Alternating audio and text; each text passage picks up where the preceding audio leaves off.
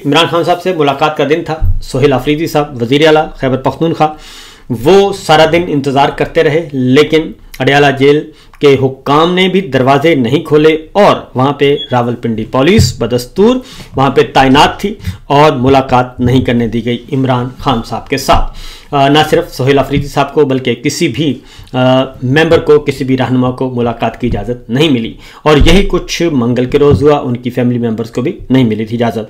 वजह सिर्फ एक ही है और वो है कि किसी भी तरीके से ये जो नोटिफिकेशन है वो किसी भी तरीके से हो जाए और जनरल आसिम मुनीर साहब का जो अगला नोटिफिकेशन है उसके जारी होने तक कोई ऐसा बड़ा इवेंट ना होने पाए, इमरान खान साहब का कोई मैसेज सामने ना आए। उसकी वजह यह है कि जो ही इमरान खान साहब तक ये बात पहुंचेगी और इमरान खान साहब जो बाहर पैगाम देंगे वो बहुत ही ख़तरनाक होगा। और उसकी वजह हमें तो इल्म है बहुत अच्छी तरह कि इसको क्यों डिले किया जा रहा है, बार बार डिले क्यों किया जा रहा है, क्योंकि 27वीं गैर आईनी तरमीम हो गई, सब कुछ हो गया तो नोटिफिकेशन हो जाना चाहिए। नोटिफिकेशन क्यों नहीं हो रहा? एक तो इनको धड़का लगा हुआ है कि जैसे ही नोटिफिकेशन होगा उसी वक्त इमरान खान साहब जो हैं वो कॉल दे देंगे, मुल्कगीर तहरीक की और मुल्कगीर एहतजाज की कॉल दे देंगे और पाकिस्तान के अवाम ने फिर बाहर आना है, सड़कों पे एहतजाज करना है। और अब की बार सिर्फ पाकिस्तान तहरीक इंसाफ नहीं होगी, उसके साथ जजेस भी होंगे, वकला भी होंगे, तलबा भी होंगे और मीडिया पर्सन्स भी होंगे, क्योंकि अब मामला जो है वो काफ़ी हद तक फैल चुका है। उसकी वजह यह है कि हालात वाक़यात इस हद तक बिगड़ चुके हैं कि अब चौधरी एतजाज़ अहसन साहब, हामिद खान साहब और बहुत सारे जय्यद वकला रहनुमा जो इस वक्त मुलाकातें कर रहे हैं, प्लान बना रहे हैं और अगली तहरीक की तैयारियां कर रहे हैं, उस तहरीक को दबाने के लिए, सबोटाज करने के लिए और कोई नैरेटिव ना बनने पाए, तमाम टेलीविज़न चैनल्स को हुक्म दिया गया है कि जो वकला लीडर्स हैं, वकला रहनुमा हैं, उनको आप नहीं लेंगे, प्रोग्राम्स में नहीं बुलाएंगे। लिहाजा एक नए अहकामात जारी किए जा चुके हैं और कुछ नए लोग भी एंगेज किए जा रहे हैं जिन्होंने लिबादा उड़ा हुआ था कि वो तो बहुत ही जो है वो एस्टेब्लिशमेंट के ख़िलाफ़ लोग हैं, जबकि हकीकत में वही लोग उनके लिए काम कर रहे थे। तो बहरहाल पहली रिपोर्ट जो है वो आलमी मालियाती फ़ंड IMF ने पाकिस्तान के बारे में जारी की है और उसमें बता दिया गया है कि पाकिस्तान में गवर्नेंस और बदउनवानी से मुतालिक जो है वो कोई भी अच्छी खबर नहीं है। इंतहाई बैड गवर्नेंस की जा रही है, बदउनवानी उरूज पर है, सिर्फ एक महकमे में नहीं बल्कि तमाम महकमों में और पूरे मुल्क में बदउनवानी इस वक्त मुसलसल फैल रही है, करप्शन जिसको कहते हैं। और इमरान खान साहब का भी यही एक एजेंडा था, यही एक हदफ था और कि पाकिस्तान को करप्शन फ्री मुल्क बनाया जाए और उन्होंने करप्शन फ्री मुल्क बनाने के लिए एक कैंपेन लॉन्च की, कैंपेन चलाई, पाकिस्तान के अवाम ने उस पर अमल किया और तमाम करप्ट लोग जो हैं, तमाम करप्ट टोला पॉलिटिकल सिस्टम से बाहर हो चुका था। लेकिन जनाब जनरल बाजवा साहब ने और उसके बाद जनरल आसिम मुनीर साहब ने एक एक्सटेंशन के लालच में और एक ओहदे के लालच में सारा कुछ मिलिया मेट कर दिया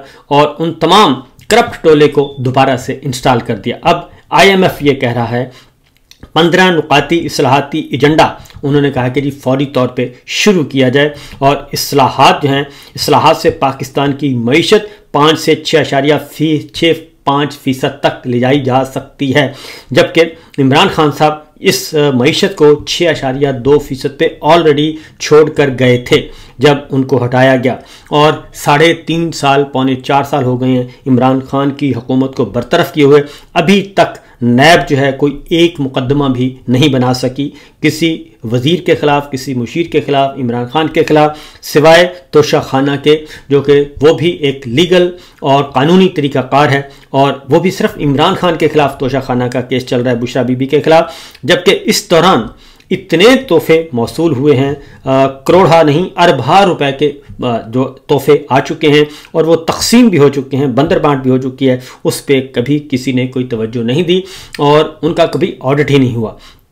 तो रिपोर्ट में ये कहा गया है, IMF की रिपोर्ट में, कि अहम सरकारी इदारों को हुकूमती ठेकों में खसूसी मराआत ख़त्म की जाएँ और SIFC जो कि army chief general Asim Munir साहब की का बेबी इदारा है, उस बेबी इदारे को जिसको कायम किया गया था कि ये बैरूनी सरमायाकारी आएगी और सरमायाकारी के लिए ये खुसूसी सहूलियात फराहम करेगा, ये इदारा SIFC।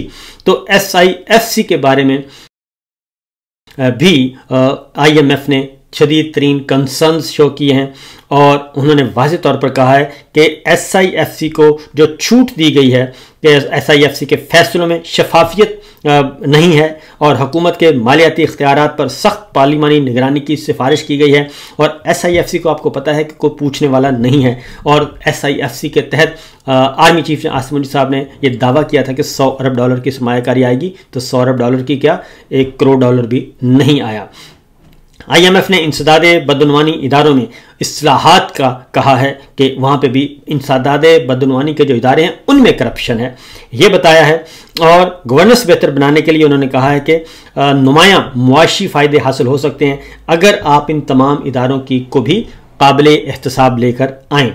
और रिपोर्ट में यह भी कहा गया है कि टैक्स सिस्टम पेचीदा, कमज़ोर इंतज़ाम और निगरानी बदनवानियों का बायस है, यानी कि आपका टैक्स का निज़ाम है वो भी, उसमें भी बदनवानी है, यानी FBR की तरफ उनका इशारा है। और अदालती निज़ाम की पेचीदगी और ताख़ीर मुआशी सरगर्मियों को मुतासर करती है।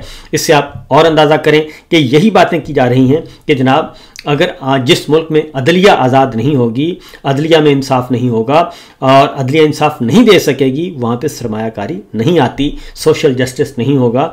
आपके इख्तलाफात होते हैं, वो इख्तलाफात जो हैं, तनाज़ात जो होते हैं, उन तनाज़ात का मामला अदालतों में जाता है। तो जब अदालतें ही आज़ाद नहीं हैं तो आपके पास सरमायाकारी, कौन सा सरमायाकार आएगा? तो उसी तरफ इशारा किया जा रहा है कि अदालतों को आज़ाद होना चाहिए और अदालती निज़ाम की पेचीदगी और ताख़ीर मुआशी सरगर्मियों को मुतासर करती है।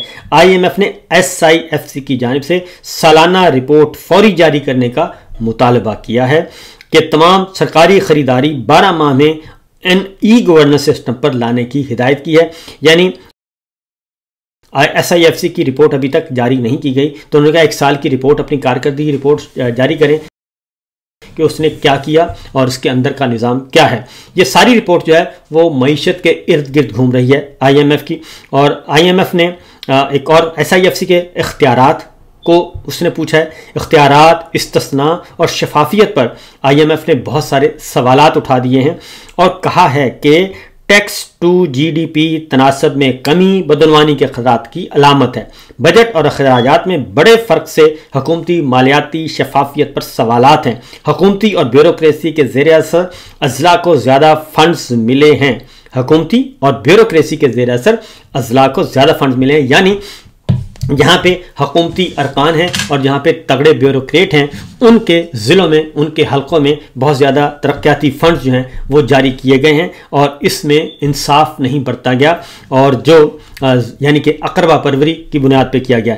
SIFC का दोबारा आपको बता दूं कि उसके इख्तियारात, उन्होंने कहा कि उनके इख्तियारात और जो उसको इस्तिस्ना हासिल है वो भी उन्होंने पूछा है कि क्यों इस्तिस्ना हासिल है, SIFC के बारे में कोई सवाल क्यों नहीं उठा सकता। DDISPR ने भी अब इस बारे में ब्रीफिंग देना छोड़ दी है, स्टेटमेंट इशू करना छोड़ दी है और कोर कमांडर्स के इजलास में भी अब SIFC का कोई तस्करा नहीं होता। वो इसलिए नहीं होता कि SIFC मुकम्मल तौर पर नाकाम और नाकामी इदारा करार पाया और डिसफंक्शनल हो चुका है, मफलूज हो चुका है।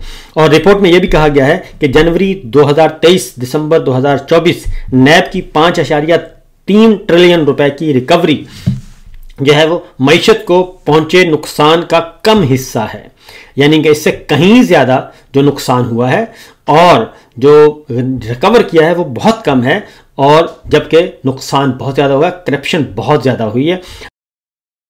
आप इससे अंदाज़ा करेंगे 5.3 ट्रिलियन की रिकवरी जो है वो उन्होंने कहा कि इससे कहीं ज़्यादा करप्शन हो चुकी है, यानी खरबों रुपए की करप्शन हुई है। और ये 5 खरब जो आपने कहा कि रिकवर किया है, ये तो उसका उशर अशीर भी नहीं है, नमक दाल में, वो आटे में नमक के बराबर है।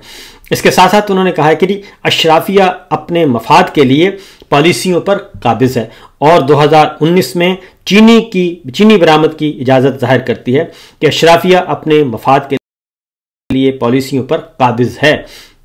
और इसके साथ साथ IMF की रिपोर्ट में यह भी कहा गया है कि पाकिस्तान को सर्विसेज के हसूल की खातिर मुसलसल अदायगियाँ करना पड़ती हैं। सियासी और मुआशी अशराफिया सरकारी पॉलिसियों पर कब्जा करके मुआशी तरक्की में रुकावट डाल रही है और करप्शन की नज़र होने वाली रकम से पाकिस्तान में पैदावार और तरक्की में इजाफा हो सकता है। यानी कि हर जगह करप्शन की निशानदेही की गई है। और रिपोर्ट में यह भी कहा गया है कि एंटी करप्शन पॉलिसियों में तसलसल की कमी है और गैर जानिबदार से इदारों पर अवाम का एतमाद ख़त्म हो रहा है और बजट साजी और माली इस्लाहात के निज़ाम की कमज़ोरियों से करप्शन के ख़तरात बढ़ते हैं और सरकारी महकमों में वसाइल के इंतज़ाम और सरकारी ख़रीदारी के निज़ाम की खामियों से बदनवानियाँ बढ़ रही हैं। सेंसरशिप का भी जिक्र किया गया है कि जब आप अपने बजट को और मुआशी पॉलिसियों को छुपाएंगे आवाम से और मीडिया से तो फिर इससे मज़ीद ख़राबियाँ पैदा होती हैं। यही वजह है कि शहबाज राणा साहब के ख़िलाफ़ जो बहुत ही सीनियर जर्नलिस्ट हैं और इकोनॉमी को देखते हैं, उनके खिलाफ बाकायदा तौर पे फौजदारी मुकदमा कायम किया हुआ है कि उन्होंने निशानदेही क्यों की। IMF ने कहा है कि करप्शन की वजह से सरकारी कंपनियों के नुकसानात होते हैं। करप्शन की वजह से टैक्स निज़ाम में पेचीदियाँ हैं। टैक्स एहलकार और कस्टम एहलकार अपनी सलाहियतों से कम काम करते हैं और पाकिस्तान में ज़रूरत से ज़्यादा रेगुलेशन और रुकावटें हैं। और IMF ने यह भी कहा है कि तमाम मुआशी शोबों की तरक्की की रफ्तार रेगुलेशन की वजह से जकड़ी हुई हैं। हर मामला मुशावरत से हल हो जाने के बजाय अदालत में चला जाता है और अदालत में बेतहाशा केस की वजह से मामलात निमटते ही नहीं और पाकिस्तान में इंसदादे दहशतगर्दी के इंसदादे करप्शन के तमाम कोशिशें अब तक मुकम्मल कारगर साबित नहीं हुई। यानी कि किसी किस्म का कोई जस्टिस नहीं मिल रहा, कोई करप्शन ख़त्म नहीं हुई, तनाज़ात जाते हैं उनका हल नहीं है, अदालतों में मुकदमात की भरमार है, अदालतें काम नहीं कर रहीं। और ये भी कहा कि अहम फैसले लेने में अफसरान कतराते हैं और पाकिस्तान ने FATF के अहदाफ कामयाबी से हासिल किए। पाकिस्तान का FATF के अहदाफ में सज़ाओं पर अमल दरामद सुस्त रहा, यानी किसी को सज़ा नहीं दी गई और मनी लॉन्ड्रिंग में मुलव्वस अफराद के खिलाफ सज़ाओं के फैसले कम हुए। अब यहाँ रुक जाते हैं। मनी लॉन्ड्रिंग के इल्ज़ाम किस पे थे?